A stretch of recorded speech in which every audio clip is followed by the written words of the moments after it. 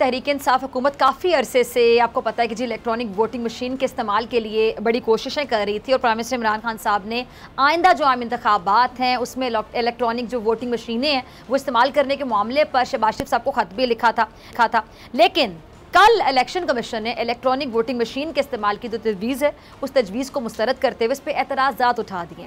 Election commission ने EVM पर एतराज़ात पर तफसीली रिपोर्ट भी जमा करवाई है, जिसमें इलेक्ट्रॉनिक वोटिंग मशीन पर जो एतराज़ात हैं, 37 एतराज़ात दाखिल किए गए हैं, जिनमें से अहम एतराज़ात ये हैं कि जी एक तो जो आइंदा आम इंतखाबात हैं उनमें बड़े पैमाने पर ये जो EVM है इसके इस्तेमाल के लिए वक्त जो है वो बहुत कम है, और दूसरा इलेक्शन कमीशन का ये कहना है कि EVM किसकी तहवील में रहेंगी कुछ नहीं बताया जा रहा और EVM मशीन को हैक भी किया जा सकता है। इन सब एतराज़ात पर बात करने के लिए मेरे साथ मौजूद हैं जो साबिक सेक्रेटरी इलेक्शन कमीशन भी रह चुके हैं, कुंवर दिलशाद साहब। बहुत शुक्रिया आपके वक्त के लिए। कुंवर साहब, वजारत साइंस एंड टेक्नोलॉजी ने जो इलेक्ट्रॉनिक वोटिंग मशीन है उस पर इलेक्शन कमीशन के एतराज़ात एक तरफ़ा करार दिए हैं, और आपने भी सुना होगा जी शिबली फराज साहब ने कहा है कि इलेक्शन कमीशन ने 37 एतराज़ात दाखिल किए हैं, जिनमें से 27 जो एतराज़ात हैं उनका टेक्नोलॉजी से कोई ताल्लुक ही नहीं है और 27 नुकात वो इलेक्शन कमीशन के हवाले से हैं, जबकि 10 नुकात का ताल्लुक इलेक्ट्रॉनिक वोटिंग मशीन से है।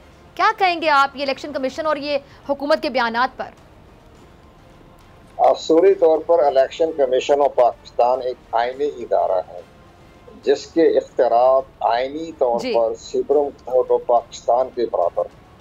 उन्होंने जो आज एतराज़ात कल जमा कराए थे, मैं वहाँ मौजूद था, उन्होंने सेनेट के कमेटी के चेयरमैन ताज हैदर साहब के सामने पेश किए थे और मैंने भी कोई 30-40 मिनट की वहाँ अपनी ब्रीफिंग दी थी, लेकिन हमारी ब्रीफिंग जरूर नवैयत की थी। लेकिन इलेक्शन कमीशन ऑफ पाकिस्तान ने जो एतराज़ात दाखिल कराए एक सरकारी तौर पर सेनेट की स्टैंडिंग कमेटी के चेयरमैन को, जिसमें कि 26 अराकीन मेंबर मौजूद थे।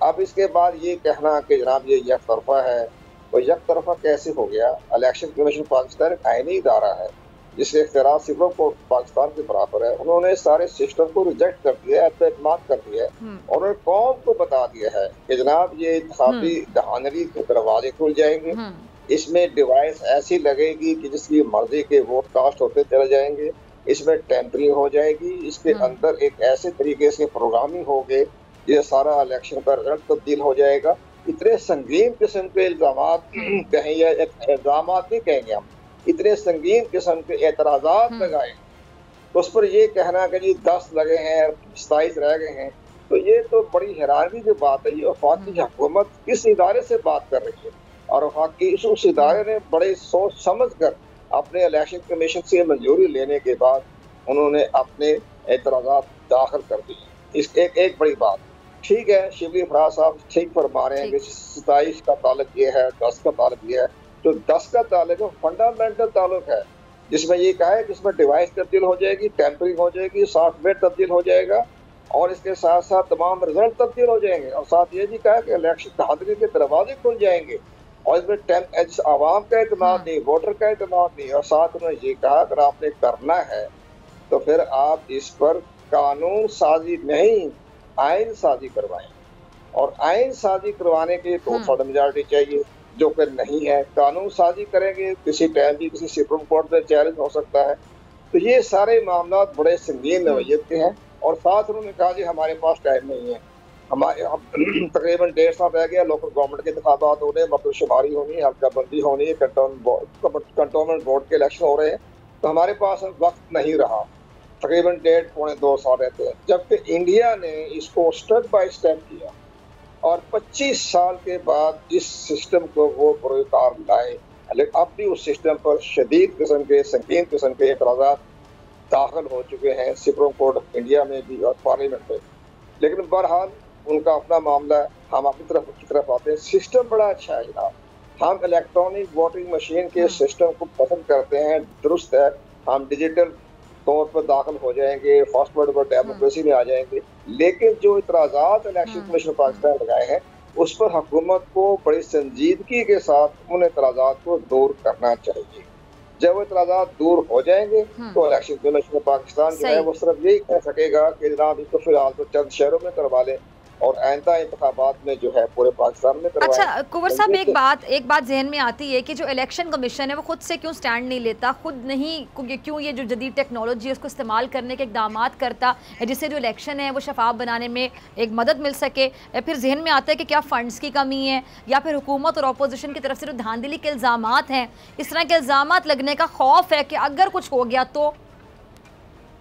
असूली तौर पर हमारे वज़ीर आज़म साहब को इलेक्ट्रॉनिक वोटिंग मशीन और उनकी वफाकी वज़रा को किसी किस्म की मुदाखलत के सेक्शन 103 और 94 में जो दर्ज है वो अपने ओवरसीज पाकिस्तानी के बारे में और इलेक्ट्रॉनिक वोटिंग मशीन के बारे में जो तरीक़ाकार बताया है, उसकी रोशनी में ये चाहिए था कि वो इस पर बाकायदा जो है वो कार्रवाई करते और इलेक्शन कमीशन को रेफरेंस भिजवा देते कि आप इस पर काम करें, और फिर इलेक्शन कमीशन जो है अपनी आईनी कानूनी जिम्मेदारियां पूरी करते हुए इसको आगे बढ़ता। लेकिन उन्होंने डायरेक्ट इलेक्शन कमीशन पाकिस्तान को नजरअंदाज करके उन्होंने इसके बारे में खुद ही मशीरे बनाने शुरू कर दी, खुद ही इसकी नुमाइश शुरू कर दी, तजर्बाती मशीरें शुरू कर दी, जिसकी बना पर अपोजिशन भी अलर्ट होगी, इलेक्शन कमीशन को भी खदशात पेश आ गए।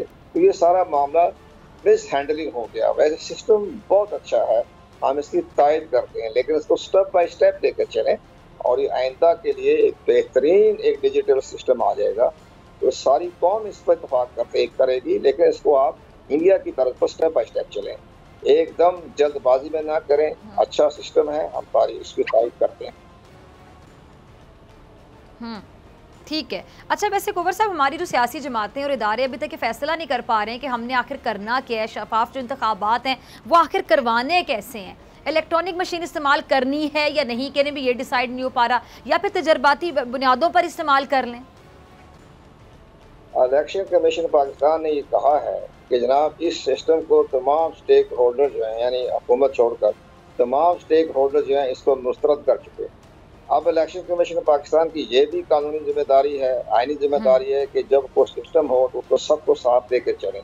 जब पाकिस्तान की तमाम अपोजिशन जमातें इस सिस्टम को रिजेक्ट कर चुकी है, आदम एतमाद कर चुकी है, और हुकूमत एक तरफ खड़ी है, तमाम सियासी जमात एक तरफ है, दरमियान में इलेक्शन कमीशन पाकिस्तान खड़ा है, तो ये सब मिलजुल कर इसको करना चाहिए था। लेकिन हुकूमत अपनी एक खास हिकमत अमली के तहत इल्जामात कि जी अपोजिशन धांधली चाहती है, वो दरवाजे खोल देगी, इस तरह इससे मामला गड़बड़ हो गया। इसको चाहिए कि इलेक्शन कमीशन पाकिस्तान के हवाले करे कि जी आप खुद जाने, आपके तमाम स्टेक होल्डर के साथ रब्ता कायम करें, जो इसमें आपने जो इतराज़ात किए वो दूर करना हमारा काम है। ज़ाहिर साइंस टेक्नोलॉजी है, IT है, उनका काम है उसके इतराज़ात को दूर करें, और इतराज़ दूर करने में कोई वो नहीं है, आम फहम किस्म के इतराज़ात ही है ना कि जी डिवाइस चेंज कर देंगे, टैंपरिंग हो जाएगी। ठीक है जी, ठीक है, बहुत शुक्रिया जी आपके वक्त के लिए। सब्सक्राइब करें और बेल दबाएं ताकि कोई खबर रह न जाए।